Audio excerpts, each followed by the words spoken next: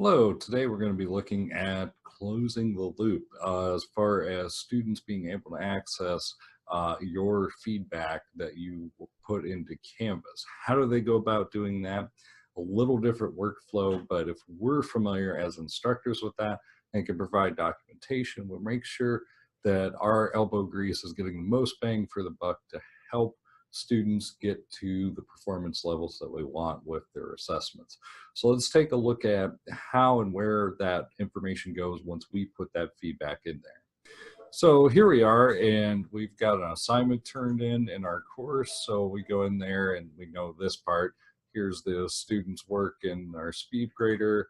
We go in and we put our comments in, and we've hit the submit button, and then of course it times and date stamps it. Now what happens as far as students being able to find that? So we'll first start with the simplest case where they are on a non-mobile app and they're on just a full web browser. Once logging in, they have this area called recent feedback, which gives a bit of a summary of that. And they can click on that to drill down and see all of that because it's cutting off my comments there.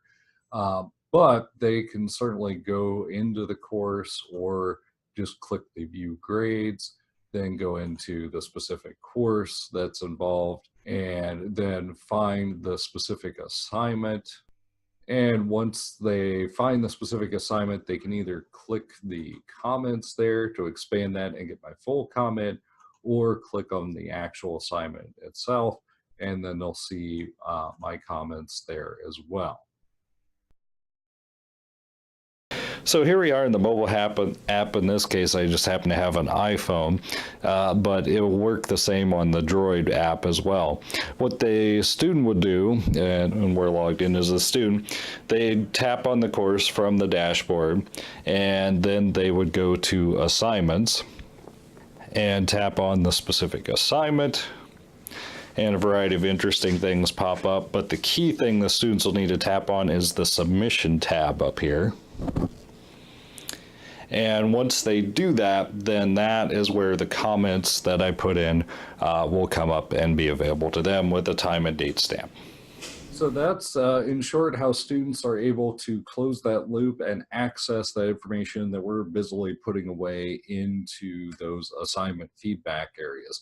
Just providing a quick link to students in our assignment directions, or periodically sending out a reminder in the early weeks of the course after you've done your first kind of heavy lifting a points-bearing assignment that you've provided more detailed feedback on, can be a good way to kind of promote and nudge that.